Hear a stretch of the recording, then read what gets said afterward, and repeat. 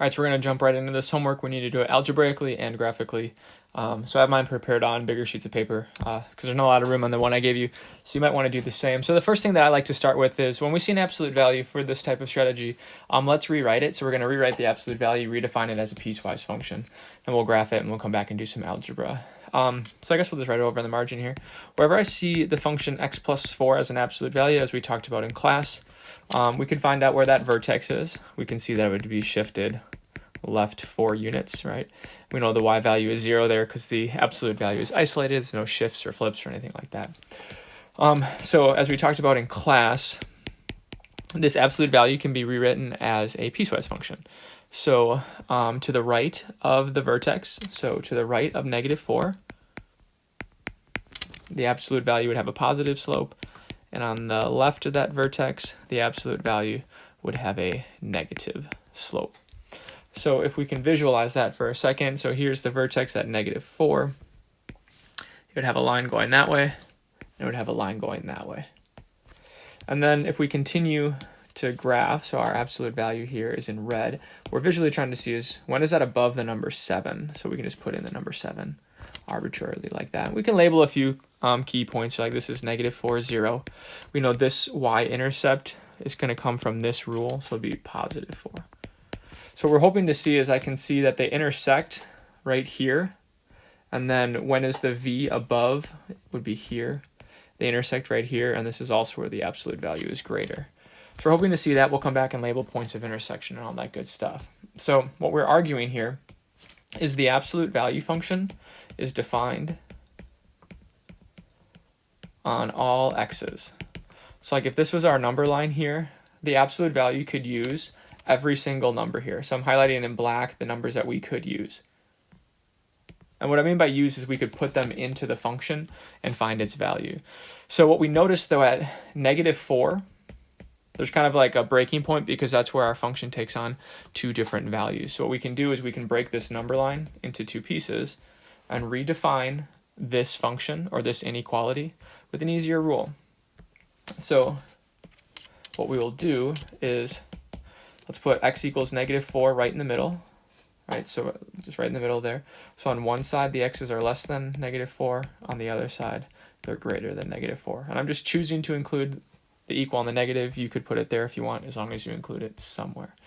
So what we're saying here is instead of rewriting this as the absolute value of x plus 4, if x is going to be less than -4, then we're always just going to be using this rule anyway. So we rewrite the function as the opposite of x plus 4.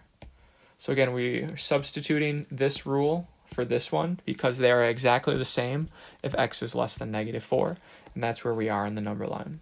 So I'm just completing the inequality. When is that greater than 7? So we solve the inequality.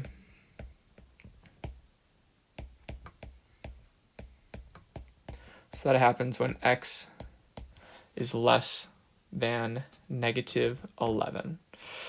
So what we are saying is we're only using the number line that started at -4, because on this side of that dotted line, our number line started at -4, and it extended this way forever. So this started at -4, right, because we took our original input number line, and we just are looking at half of it. So the numbers that are less than -11 would start down here. And we do want to include -11. So then we come over to the other side, and here again we're saying we're looking at the number line from 4 or more. So if I put this number line back on top of the other one, we would have, -4 or more. But if I put that number line back on this one, we would see that we have our original input number line, all the x's that we could put into the absolute value. So here we're just going to rewrite our absolute value. So this function can be rewritten. If all the x's are greater than -4, it really just looks like x plus 4. So instead of the absolute value, we can rewrite it as x plus 4. And we're wondering when is that going to be bigger or equal to 7. So we solve this inequality, we can see that the x's are greater than or equal to 3. So on this half of the function, though, it was only defined from -4 and beyond, but the solutions that we wanted were 3 or bigger. So we can include 3 and everything bigger. So to get our final answer, we would take our our solutions here from the left side, and we would combine it with our solutions from the right side, what we can see is that our solutions, we have two parts. We have all the x's that are less than negative 11, or, right, the jump in the number line. We have all the, or sorry, equal to there. We have all the x's that are greater than or equal to 3. And this would be our final answer. So on our graph, we were hoping to see two different places where we had a solution set. We can see that that would match up here. So if we label our points of intersection, then this must have been negative 11 for our x's. So negative 11, if I were to plug that in, negative 11, well, that's where they intersect, right? So that's the y value of 7. And then all the x's that were greater than 3. So this input was 3, and they exactly equal each other, and that line had an output of 7. So there we go for number 1. So we're going to move on to number 2 here. So again, I just have it on a separate sheet of paper. So let's jump at it right away. Again, I think it's most beneficial to take that absolute value and just redefine it right away. And here I'm just going to visualize it first on the graph so we can just have a re-explanation as to where this piecewise function is coming from. This function has been shifted right 5 units. So we'll put it right 5 units. So in other words, what we see is we have two parts. This is like a positive slope line. If I thought about connecting its y-intercept, it'd be a negative y-intercept, and this line would go that way. So what we're seeing here is at the vertex, we have kind of a splitting point. So the vertex is at 5. So our absolute value function changes rules on the right side of 5. So all the x's that are bigger than 5, it's one type of line. All the x's that are less than or equal to 5, it's a different type of line. So when the x's are bigger than 5, so on this side of it, we have a positive slope, and it would be a negative y-intercept if we would graph it. So the line x minus 5 would have a positive slope and a negative y-intercept. So what we can see then is the left side of it, so when we're on the other side of 5, it has a positive y-intercept, but just the negative version of the same slope here.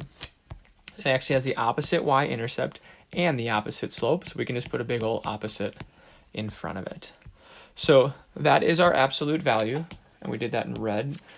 So let's graph this line x plus 3. So we know this point here is 0, 5, because that's the y-intercept of the negative sloped line, but has a positive y-intercept. So our line will have a y-intercept that's lower, so 0, 3, and it just has a slope of 1. So again, I'm just visualizing what this would look like. So we're wondering, when is this purple thing bigger or above the red thing? So, well, it kind of just looks, without my drawing being terrible, it just looks probably like right here. I don't want to include that point because I don't want it with their exact. And we should note here that the slope of this one is 1, and the slope of this one was also a 1. So these lines are going to be parallel. But again, I just didn't draw them super accurate. So then we can do it algebraically. So again, what we're saying is we're taking the number line, right? So these functions are defined over the entire x-axis. So we're taking this x-axis, we're just going to split it up. We're going to look at it on the left side of 5 and on the right side of 5. So all the x's that are less than or equal to 5, and over here we'll look at all the x's that are greater than 5. So again, if we thought about our number line, on the left side, we'd start at 5. We have all the numbers that are less than that. And then on this side, we'd have an open circle at 5, but it's already closed from before. And we'd say this way. So we're still considering all the x's that we should be to make this graph. So on the left side of 5, we can rewrite this inequality. Instead of calling it x minus 5 inside an absolute value, if x is less than 5, it's really just going to follow this rule anyway. So let's rewrite it as that rule. So we have the opposite of x minus 5, and I want to know when that is below our line x plus 3. So when we distribute, or however you're going to solve this, we solve the inequality. So like I'll add an x to both sides, and then if I'm adding x's to both sides, I don't want that 3 there. So I did the same thing to the left side and the right side, so those would cancel. This would be a 2. This would be 2 x's. So then I would see that 1 is less than x. So what that is saying then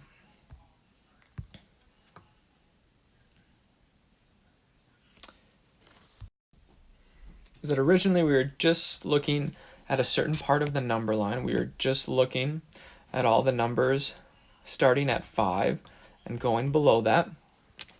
So the numbers that we saw that would make this true on this part of the number line were all the numbers that were bigger than 1. So that would be like somewhere down here. We don't want to include 1, and then it would go this way. Now, our number line for this argument stopped at 5, so we have to stop shading there because this substitution for the absolute value of x only works if x was 5 or less.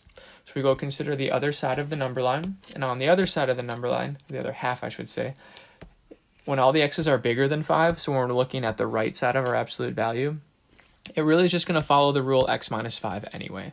So we substitute that absolute value with something that's a little bit easier to work with. So we take that and we make it just regular x minus 5 because it follows the same rule. And I want to know when is that below the line x plus 3. Now here we can see that the x's would cancel each other out. So 1 is negative 5 less than 3. Well, this works for all real numbers. So what we were saying is this original number line started not including 5, but after 5. So this solution is telling us shade everything after 5. So then again, for our final solution, we take the number line here, and we would combine it with the number line here. Not to get that line in there, sorry. And what we see then is that if they line up, we have just highlighted all the numbers, or all the x's, that are greater than 1. So on our graph that we originally started with, that seems to make sense. If this intersection right here is the point 1, and if we substitute here, so the absolute value of 1 minus 5, that's the absolute value of negative 4, which is 4. And then over here, 1 plus 3 is obviously 4. So where they intersect is at the point 1, 4. So if I choose an x value that's bigger than 1, it'll guarantee that this purple line is above the red absolute value. All right, so let's jump into number 3. First thing we should notice is this absolute value isn't technically in a nice form for us to see the shifts or the transformations. So if this absolute value doesn't have any flips or vertical transformations like up or down or anything, to find its vertex, we know that the output would just be 0. So the vertex here will occur when x is negative 3 halves. So visualizing that, it would look something like this then. So if we continue to graph, I can label that vertex. The x value of the vertex was negative 3 halves. So then as we move forward, we'd have to graph the other side. The other side is just a line with a y-intercept of negative 2 and a slope of positive 3. So since these have different slopes, and again, we can see that with this absolute value, we could define it as a piecewise function. So the rule will change at the vertex. What I'm saying is on this side of the vertex, so when x is greater than negative 3 halves, it's really just going to look like the line 2x plus 3. On the other side of the vertex, so when x is less than or equal to 3 halves, it's just going to look like the opposite of that. So if on the right side of negative 3 halves the slope is 2, and this line has a slope of 3, they have to intersect at some point. So I can use my line tool. So it looks something like this. And according to the original inequality, we're looking to see when the green absolute value is bigger than or exactly the same as the purple line. So here's where they're exactly the same. And when is the green above the purple? That'd be this part of the absolute value graph. So I'm looking to see like x is less than something, right? So we'd want to see this x value or less. So algebraically what we need to do is we're saying the absolute value and the graph to the right is defined everywhere. But at negative 3 halves, the absolute value can be modeled in, or on either side of that can be modeled differently. So when x is less than negative 3 halves or equal to, so we're saying on this side of the absolute value, instead of calling it the absolute value of 2x plus 3, we could simply call it the opposite of 2x plus 3.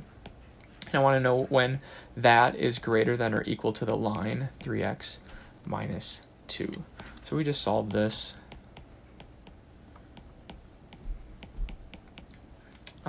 So I guess like I'm just going to do it all in one step again.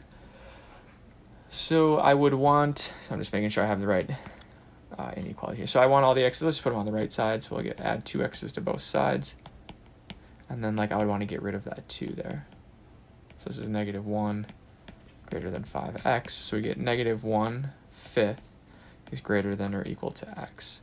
So in other words, we want all the x's that are less than negative 1/5. Now what we see with that though is this side of the number line that we're working with started at negative 3/2. It might be easier for you for a quick second as a decimal. Negative 1/5 is negative 0.20. So that's going to be like somewhere up here because this number right here is negative 1.5, right? Negative 3/2. So what it's saying is if we're just going to highlight every number that's less than negative 0.20, but it has to be on our number line. So it'd be negative 3/2 or less.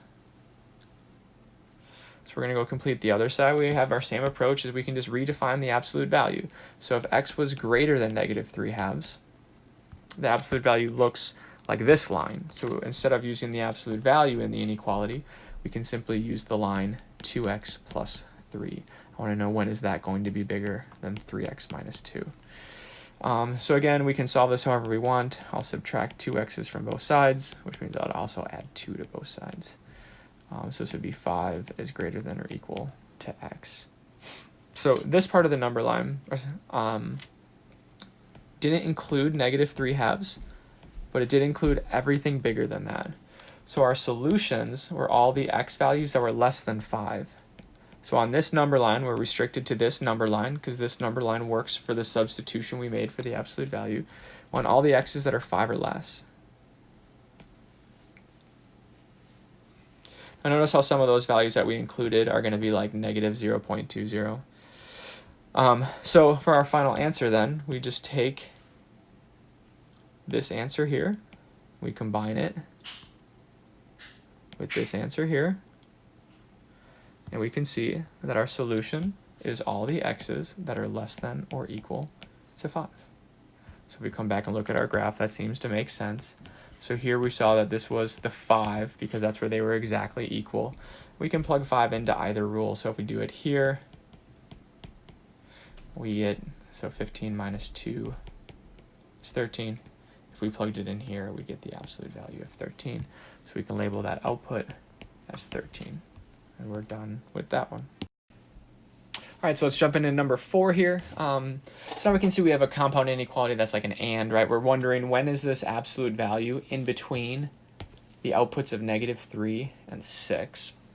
So the first thing we can do, let's take this absolute value and then let's graph it so we can kind of see what it looks like. So here, again, if we wanted to set the vertex equal to 0, we could, or we could just simply look at the shifts and see that it moved left 5 units.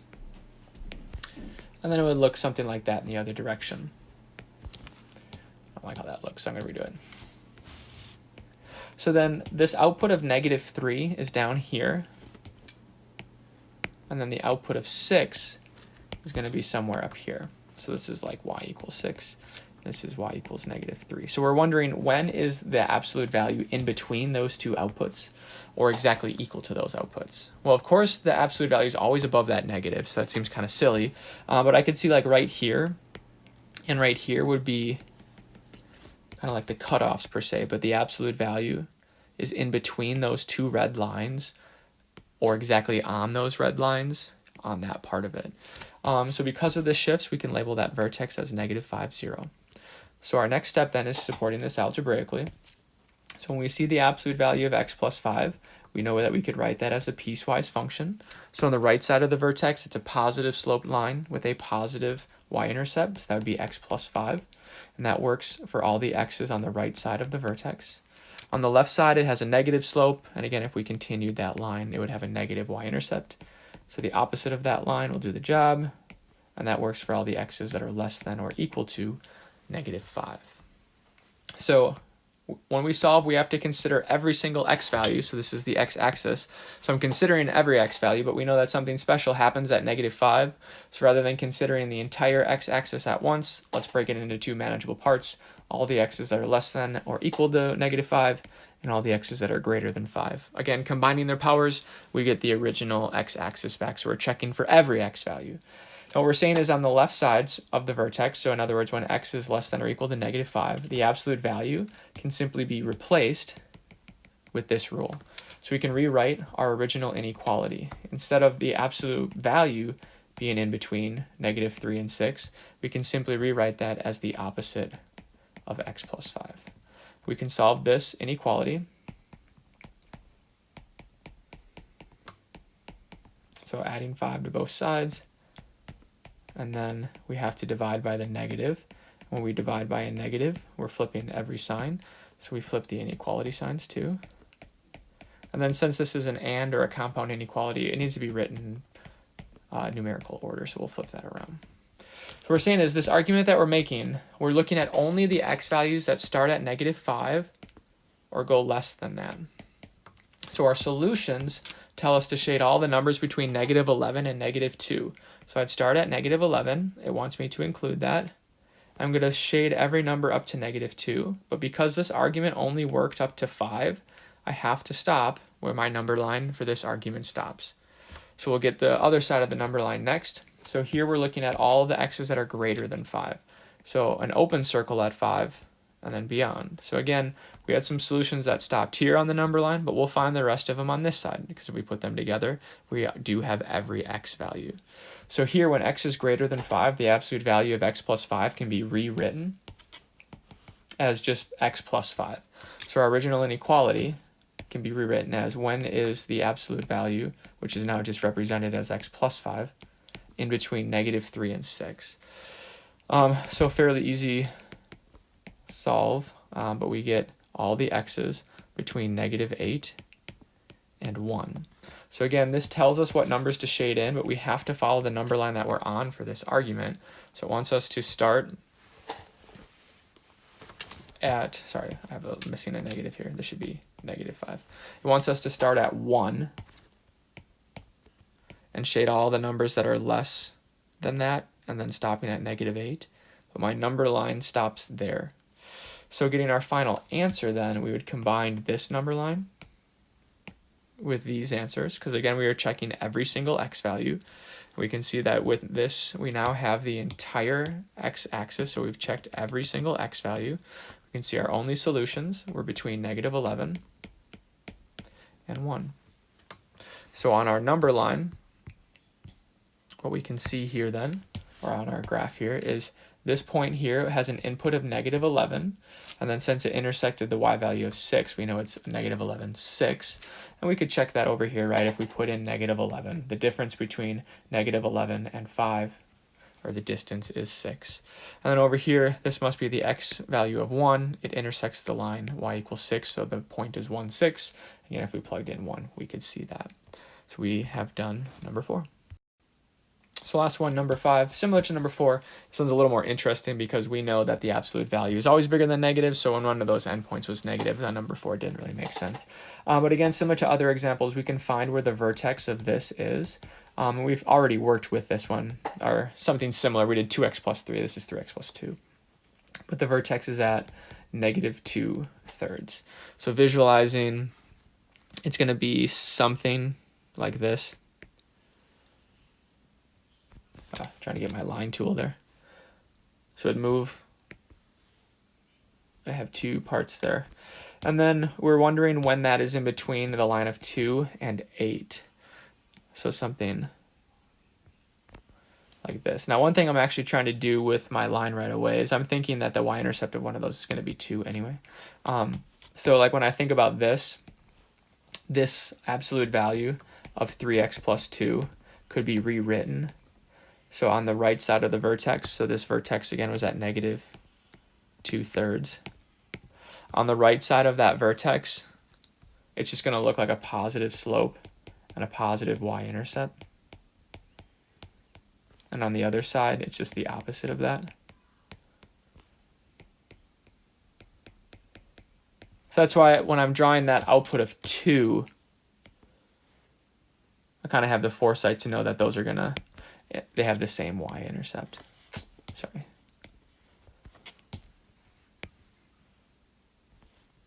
I can't do it. Whatever. I'll do it one more time. But there we go. So we know that they'll intersect there. So I'm wondering, when is the absolute value in between those two horizontal outputs? So I don't want them when they're equal. So I'm just circling the points of intersection. But I do want when the green V is in between. So now we can go support that algebraically. I'm drawing this x-axis because when we're solving something, we want to find every single x value. So we'd be searching this entire axis here. But rather than just searching it as one entire big x-axis, we're just splitting it up into 2 more manageable parts. Let's look when all the x's are less than or equal to -2/3. And let's look when all the x's are greater than -2/3. So we're still covering every x value, but we're just going to do it in 2 parts rather than 1. So when x is less than or equal to -2/3, the absolute value can be replaced with this rule. So we'll just rewrite our original inequality and rewrite in the absolute value with an equivalent function. So when is the absolute value in between 2 and 8? And again, when x is less than or equal to -2/3, the absolute value just follows this rule. So however you would want to solve this algebraically.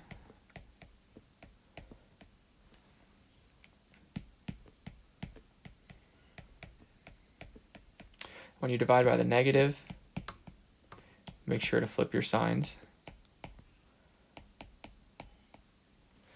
And then we should put this in the correct numerical order.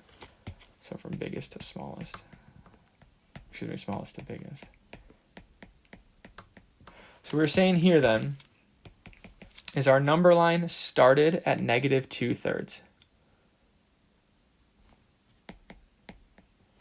And it went this way. We only want to shade the numbers between -10/3 and -4/3. And I'm sorry, I think I have my inequality symbols wrong. Yeah, they're not inclusive. So I wrote that incorrectly to begin with, so I'm just going to go back and fix those. Sorry, not inclusive. I wonder if I can erase it. So then down here, we don't want to include those in our solutions, but we want everything in between. So now we should go look at the other half of the number line, and this number line starts at -2/3 and then went everything bigger than that. So in this argument, when we're looking for the absolute value, instead of calling it the absolute value function, we know when x is greater than -2/3, it just follows this rule instead. So we can rewrite it with an equivalent expression. So 3x plus 2. So then here when we subtract 2, so 6, okay.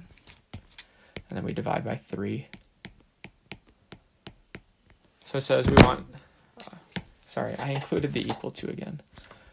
It's not inclusive. And that's from the original problem, is not inclusive. So on this number line, again, because we're restricting ourselves to there, I only want the numbers between 0 and 2. So those would be those. So then if I take the answers and I combine them, I see that my final solution set, because I looked for every single x value, would be all the x's between -10/3 and -4/3, not inclusive. Or, right, there's this huge separate jump in the graph. I could have all the x's between 0 and 2. So that would be our algebraic answer. So we can come back up here and make sure that makes sense. So the x value of 0, well, that would make sense for our y-intercept theory. So at 0, 2, they intersected, which means this was the point 2. So the output of 2 should lead to 8. So again, I can see that if I plugged in 2 here. 2 times 3 is 6. 6 plus 2 is 8. The other side is a bunch of fractions. I know I'm right, so you can go check those with your calculator and stuff like that if you want to. But that's number 5.